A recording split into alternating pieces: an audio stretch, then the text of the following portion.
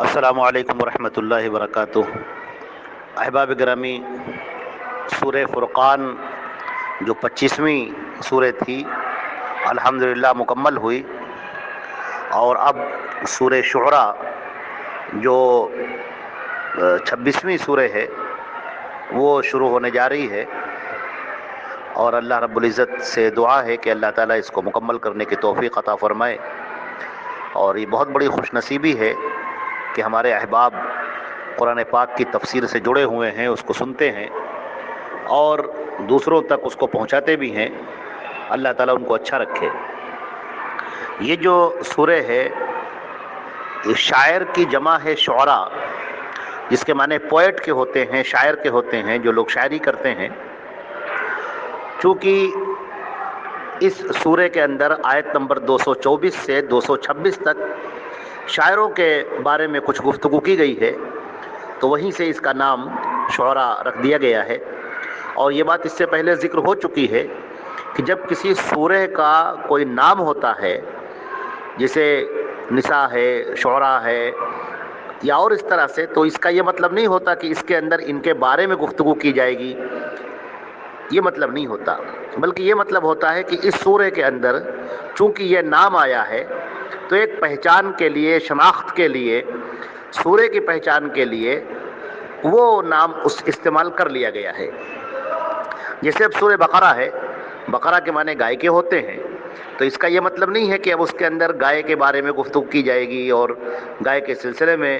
احکامات دیے جائیں گے، یہ مطلب نہیں ہے، بلکہ اس کا مطلب یہ ہے کہ چونکہ لفظ بقرہ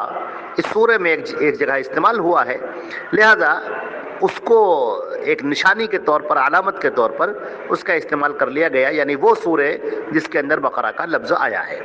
تو اسی طریقے سے یہ سورتوں کے نام اسی طرح سے رکھے گئے ہیں۔ اس سورہ شعراء میں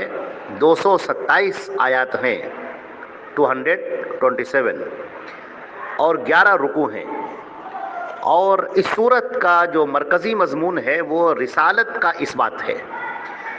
کہ کفار مکہ جو اولین مخاطب ہیں اور پھر پوری دنیا مخاطب ہے، وہ رسالت کے منکر تھے، وہ نبی کریم صلی اللہ علیہ وسلم کی رسالت کو تسلیم نہیں کرتے تھے۔ چنانچہ اس کے اندر بہت زیادہ زور دیا گیا ہے کہ رسالت کا اس بات کیا جائے،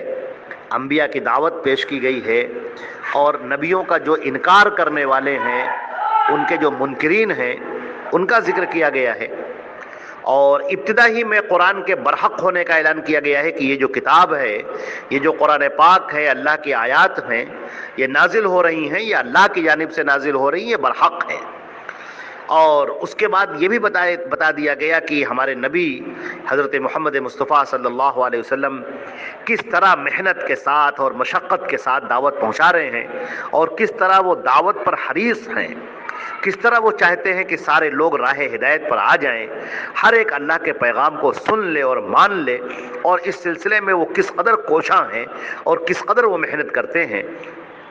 اس کا بھی ذکر کیا گیا۔ اور یہ بھی بات بیان کی گئی کہ اسلام میں کوئی جبر نہیں ہے، کسی کو مجبور کر کے اسلام میں داخل کرنا یہ نہیں ہے، بلکہ اسلام کو پیش کیا جائے گا، اور جب ذہن اور دل آمادہ ہو جائے تو آدمی اس کو قبول کرے، اللہ کی طرف آئے۔ لیکن یہ کہ کسی کو مجبور کر دیا جائے کہ وہ اسلام قبول کرے اور جبر کیا جائے، ایسا اسلام کے اندر بالکل نہیں ہے۔ اسی طریقے سے تمسخر کرنے والوں کے انجام کو بیان کیا گیا ہے کہ وہ لوگ جو دین کا، اللہ کا، اس کے رسول کا، جنت کا، دوزخ کا جو مذاق اڑاتے ہیں، جو اس دعوت کا مذاق اڑاتے ہیں، تو ان تمسخر کرنے والوں کا انجام کیا ہوا؟ جب پہلے بھی انبیاء کرام بھیجے گئے اور ان انبیاء کرام نے بڑی وضاحت کے ساتھ دعوت پیش کی، اور جن لوگوں نے ان کا مذاق اڑایا، جن لوگوں نے ان کی ہنسی اڑائی، جن لوگوں نے ان کے راہ میں روڑے اٹکائے، ان کا انجام کیا ہوا؟ پھر ایک اور بات کر دی گئی ہے یہاں پر، یہ واضح کر دیا گیا ہے کہ اکثریت اور اقلیت پر کوئی فیصلہ نہیں ہوتا۔ آپ یہ نہ دیکھیں کہ اکثر لوگ اس بات کو مان رہے ہیں تو وہ بات صحیح ہوگی، اور چونکہ اس بات کو ماننے والے کم لوگ ہیں لہٰذا وہ بات صحیح نہیں ہوگی۔ کبھی اکثریت کے اوپر کوئی فیصلہ نہیں کیا جاتا۔ تقریباً 8 مرتبہ تذکرہ کیا گیا ہے اس بات کا کہ انبیاء کرام کا جہاں بھی تذکرہ آیا ہے، نبیوں کا تذکرہ آیا ہے، اس کے بعد بتایا گیا کہ اچھے پاک باز نیک اور صالحین اکثریت میں کبھی نہیں رہے، وہ کم ہی رہے ہیں، ہمیشہ اقلیت میں رہے، کم رہے ہیں۔ اکثر لوگ پاک باز نہیں ہوتے، اکثر لوگ نیکوکار نیک شعار نہیں ہوتے، بلکہ اکثر لوگ ہٹ دھرم ہوتے ہیں، غلط راستوں پر جانے والے ہوتے ہیں۔ بہت کم ہوتے ہیں جو پاک باز ہوں اور نیک ہوں۔ تم اپنے آپ کو پاک باز بناؤ اور نیک بناؤ، چاہے ان کی تعداد کم ہی کیوں نہ ہو۔ اور یہ بھی بیان کر دیا گیا کہ جب کبھی حق اور باطل کا معرکہ ہوتا ہے تو معرکہ حق و باطل میں نصرت ربانی یعنی اللہ کی مدد ہمیشہ حق والوں کے ساتھ میں ہوتی ہے۔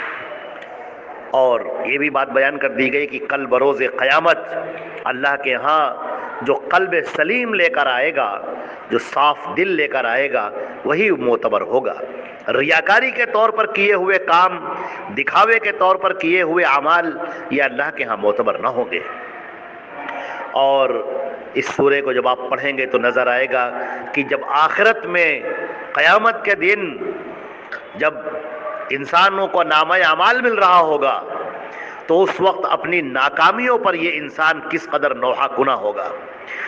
کس قدر افسوس کر رہا ہوگا، ماتم کر رہا ہوگا، اپنی انگلیاں چبا رہا ہوگا اور افسوس کر رہا ہوگا کہ ہم کس طرح سے ناکام ہو گئے اس دنیا میں آ کر، آخرت میں آ کر۔ اور اس کے بعد قوموں کا بھی ذکر کیا گیا یہاں پر کہ یہ قومیں جو تم سے پہلے گزر چکی ہیں ان کے پاس کس قدر دولت تھی، خوشحالی تھی، کھیتی باڑی تھی، تہذیب اور تمدن تھی، مگر اس کے باوجود وہ اللہ کے عذاب سے نہ بچ سکے، کیونکہ انہوں نے اللہ کی بات مانی ہی نہیں، نبیوں کی بات پر کان ہی نہیں دھرا، نبی کی بات کا انکار کرتے رہے، جھٹلاتے رہے، اور وہ یہ سمجھتے رہے کہ ہم تو بڑے خوشحال ہیں، ہم تو بہت ہی دولت ہم کو ملی ہوئی ہے، لوگوں کی کثرت ہے ہمارے پاس، لہذا ہم کامیاب ہیں۔ اللہ تعالیٰ فرماتا ہے کہ دولت کے باوجود، خوشحالی کے باوجود، تہذیب و تمدن کی اس ترقی کے باوجود جب اللہ کا عذاب آیا تو یہ سب نیست و نابود ہو گئے، سب ختم ہو گئے۔ آخر میں پھر اس کا اعلان کیا گیا، واشگاف اعلان کر دیا گیا کہ یہ قرآن رب العالمین کی طرف سے نازل ہو رہا ہے، یہ کسی انسان کا بنایا ہوا نہیں ہے، یہ اس دنیا کے خالق و مالک کا ہے، جو اس پوری کائنات کا خالق ہے، پوری کائنات کا مالک ہے، اس کی طرف سے یہ اعلان آ رہا ہے، یہ قرآن پاک اتر رہا ہے۔ جبریل علیہ السلام کا تذکرہ ہوا کہ ان کے ذریعے سے وہ کس قدر نیک ہیں، کس قدر امانت دار ہیں، طاقتور ہیں، ان کے ذریعے سے یہ قرآن آیا ہے۔ پھر یہاں پر شعراء کا تذکرہ کیا گیا، شاعر لوگ، عربوں کے اندر شاعروں کی بڑی اہمیت تھی اور وہ ان کو بڑا اہم سمجھتے تھے، اور شاعری کے ذریعے سے ان شعراء نے اپنی شاعری کے ذریعے سے راہ حق میں بڑی گمراہیاں پیدا کی، بہت روڑے اٹکائے، اس دعوت کو روکنے میں بڑا مکروہ کردار ادا کیا۔ چنانچہ یہاں پر بتا دیا گیا کہ ان شعراء کی پیروی کرنے والے انتہائی ناکام لوگ ہیں، خائب اور خاسر لوگ ہیں، جو ان شعراء کے پیچھے پیچھے چلتے ہیں اور ان کی باتوں کو سنتے ہیں اور ان شعراء کی باتوں پر یقین کرتے ہیں۔ ایسے لوگ نہایت انجام کے اعتبار سے بڑے ناکام لوگ ہیں۔ ہاں البتہ ان شعراء کا بھی یہاں پر تذکرہ کیا گیا جو نیک ہیں، صالح ہیں، مومن ہیں۔ ایسے شعراء ہمیشہ دعوت کے کام میں آگے رہتے ہیں، حق بات کا اعلان کرتے ہیں، سچائیوں کی راہ دکھاتے ہیں، غلط باتوں سے لوگوں کو روکتے ہیں، تو ان کا بھی یہاں پر تذکرہ کیا گیا۔ تو اس طرح سے یہ پوری سورہ اس بات کی رسالت کو لیے ہوئے ہے، اور انسان آخرت میں کیسے کامیاب ہو جائے اور کس طرح اللہ کے عذاب سے بچ جائے، جہنم کے شعلوں سے بچ جائے، اس کے اوپر پورا تذکرہ کیا گیا ہے۔ اللہ تعالیٰ کرے کہ ہم اور آپ اس سورت کو سمجھیں، اس کی ایک ایک آیت کو سمجھیں، اس کے مفہوم کو سمجھیں، ہم خود بھی سمجھیں اور دوسروں کو بھی سمجھائیں، اپنے گھر میں اپنی بیوی کو، بچوں کو، بھائی بہنوں کو اور دیگر افراد کو ہم یہ تفسیر جو مختصر سی ہے اور آسان زبان میں ہے اس کو ہم سمجھائیں، لوگوں کو پیش کریں۔ اللہ تعالی ہم کو اور آپ کو عمل کرنے کی توفیق عطا فرمائے اور ہمارے اس سننے کو، سنانے کو قبول فرمائے۔ والسلام علیکم ورحمۃ اللہ وبرکاتہ۔